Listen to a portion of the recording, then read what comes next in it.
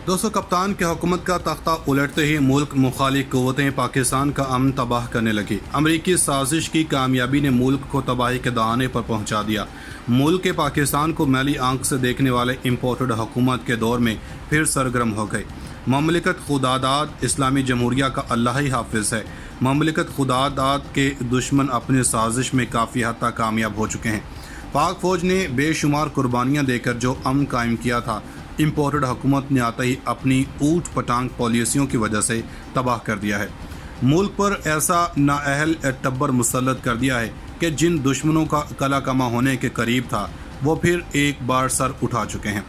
मुआशरत हिचकोले खा रही है। डॉलर के सामने रुपये का बुरा हाल है।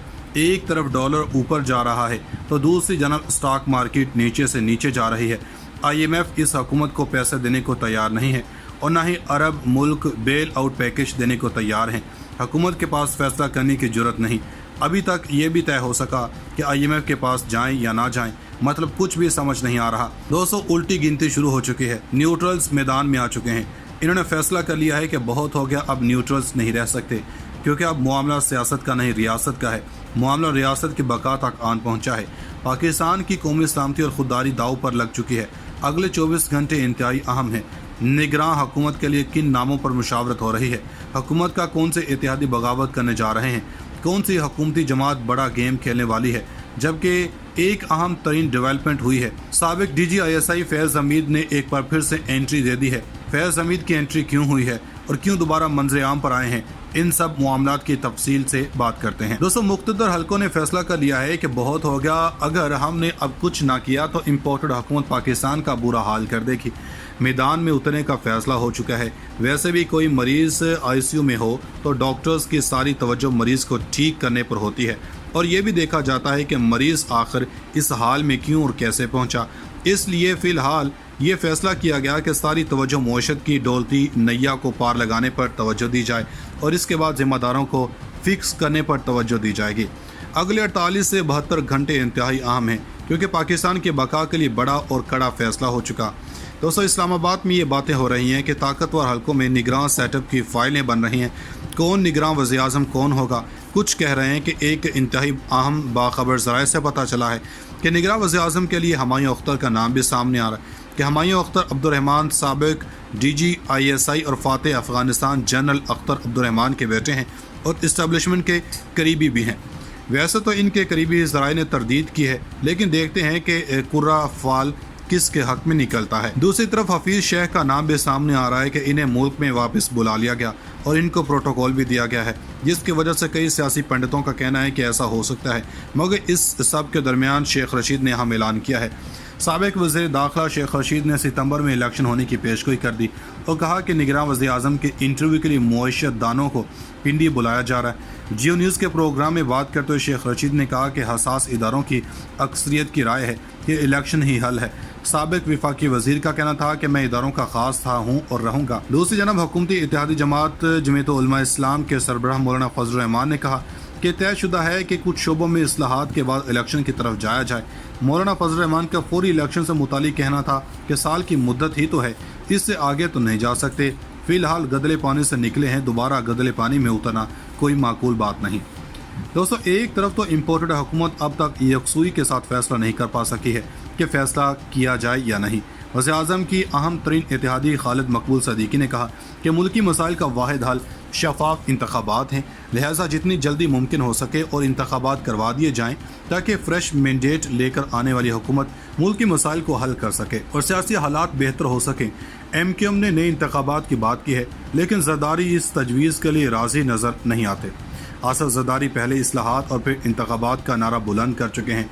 इसलिए आसफ ज़रदारी ने शहबाज शरीफ से मुलाकात की और कहा कि ओवरसीज़ पाकिस्तानियों से वोट का हक छीनने और वोटिंग मशीन की बजाय बैलेट पेपर्स पर करवाए जाएं, यानी मनपसंद इस्लाहात की जाएं जो इन्हें माजी की तरह फ़ायदा दे। इनको मालूम है कि इस वक्त इंतखाबात करवाए गए तो PTI क्लीन स्वीप करेगी। इनकी कांपें टांग रही हैं। इनका मसला ये है कि ये चाह रहे हैं कि इंतखाबात हों तो इनके तरीके से हों और ये कामयाब हो जाएं, मगर ऐसा हर आने वाले दिन के साथ मुमकिन दिखाई नहीं दे रहा। शहबाज शरीफ ने इत्तेहादी जमातों के साथ रहनुमाओं की बैठक तलब कर ली है। अब देखना यह है कि इसमें फ़ैसले किए जाते हैं। क्या तमाम जमातें सख्त फैसले करने का कहेंगी या टेक्नोक्रेट की हुकूमत बनाकर इंतखाबात में जाएंगी। निगरान हुकूमत बनाई जाए या फिर ना, इम्पोर्टेड हुकूमत की गलतफहमी दूर हो चुकी है कि करप्ट हुकूमत को मुश्किल में डाला हुआ है। दोस्तों, अब आते हैं साबिक DG ISI फैज़ हमीद की तरफ कि वो कैसे मैदान में उतर चुके हैं। जनरल फैज़ हमीद को क्यों लाया गया? दरअसल फैज़ हमीद को मैदान में लाने का फैसला इसलिए किया गया कि मरीम नवाज़ और जरदारी को बताया जा सके कि फ़ौज अपने जर्नैल के साथ खड़ी है। इम्पोर्टेड हुकूमत में दहशतगर्दी के वाक़यात बढ़ चुके हैं। कराची में खुदकुश हमला हुआ जिसमें चीनी उस्ताज़ा मारे गए। सदर में भी हमला हुआ। खारादार के इलाके में दहशतगर्द हमला हुआ। दहशतगर्दी के वाक़यात का तसलसल शुरू हो चुका है जो कभी थम चुका था। कराची दहशतगर्दी के वाक़या के बाद अपनी वालिदा की लाश पर खड़े बच्चे की चीखों पुकार और अपनी माँ को पुकारने की वीडियो ने दुनिया भर को झंझोड़ कर रख दिया। वो बार बार कह रहा था कि अम्मी उठें, घर चलें। इसको कोई बताए कि इम्पोर्टेड हुकूमत ने इस मुल्क को इस हाल तक पहुँचा दिया। अब इस सारे मामलों को रोकने के लिए जनरल फैज़ हमीद अफगानिस्तान में पहुँचे हैं। सरीना होटल में मुलाकात कलदम TTP की क़यादत को पैगाम देने गए थे कि हमारे सब्र को ना आजमाओ, हम हमारे लाखों पाकिस्तानियों की कुर्बानियों को रायगा नहीं जाने देंगे। अगर TTP ने इस वार्निंग पर अमल ना किया तो तबाही इनका मुकद्दर बनेगी। इन मुज़ाकरात में अफगान हुकूमत यानी अफगान तालिबान सालिस का किरदार अदा कर रहे हैं। TTP को राम करने के लिए कोशिश की जा रही है क्योंकि पाकिस्तान ने पहले ही वार्निंग दी जा चुकी है और ये कामयाब हो जाएं, मगर ऐसा हर आने वाले दिन के साथ मुमकिन दिखाई नहीं दे रहा। शहबाज शरीफ ने इत्तेहादी जमातों के साथ रहनुमाओं की बैठक तलब कर ली है। अब देखना यह है कि इसमें फैसले किए जाते हैं। क्या तमाम जमातें सख्त फैसले करने का कहेंगी या टेक्नोक्रेट की हुकूमत बनाकर इंतखाबात में जाएंगी? निगरान हुकूमत बनाई जाए या फिर ना, इम्पोर्टेड हुकूमत की गलतफहमी दूर हो चुकी है कि करप्ट हुकूमत को मुश्किल में डाला हुआ है। दोस्तों, अब आते हैं साबिक DG ISI फैज़ हमीद की तरफ कि वो कैसे मैदान में उतर चुके हैं।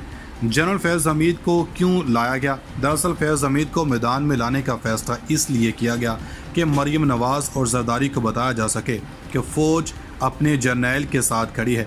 इम्पोर्टेड हुकूमत में दहशतगर्दी के वाक़यात बढ़ चुके हैं। कराची में खुदकुश हमला हुआ जिसमें चीनी उस्ताज़ा मारे गए।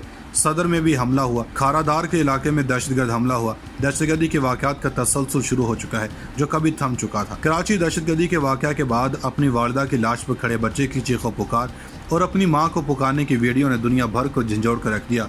वो बार बार कह रहा था कि अम्मी उठें, घर चलें। इसको कोई बताए कि इम्पोर्टेड हुकूमत ने इस मुल्क को इस हाल तक पहुँचा दिया। अब इस सारे मामलों को रोकने के लिए जनरल फैज़ हमीद अफगानिस्तान में पहुँचे हैं। सरीना होटल में मुलाकात कलदम TTP की क़यादत को पैगाम देने गए थे कि हमारे सब्र को ना आजमाओ, हम हमारे लाखों पाकिस्तानियों की कुर्बानियों को रायगा नहीं जाने देंगे। अगर TTP ने इस वार्निंग पर अमल ना किया तो तबाही इनका मुकद्दर बनेगी। इन मुज़ाकरात में अफगान हुकूमत यानी अफगान तालिबान सालिस का किरदार अदा कर रहे हैं। TTP को राम करने के लिए कोशिश की जा रही है क्योंकि पाकिस्तान ने पहले ही वार्निंग दी जा चुकी है। नाज़रीन, मज़ीद ऐसी वीडियोस देखने के लिए हमारा YouTube चैनल सब्सक्राइब कर लें।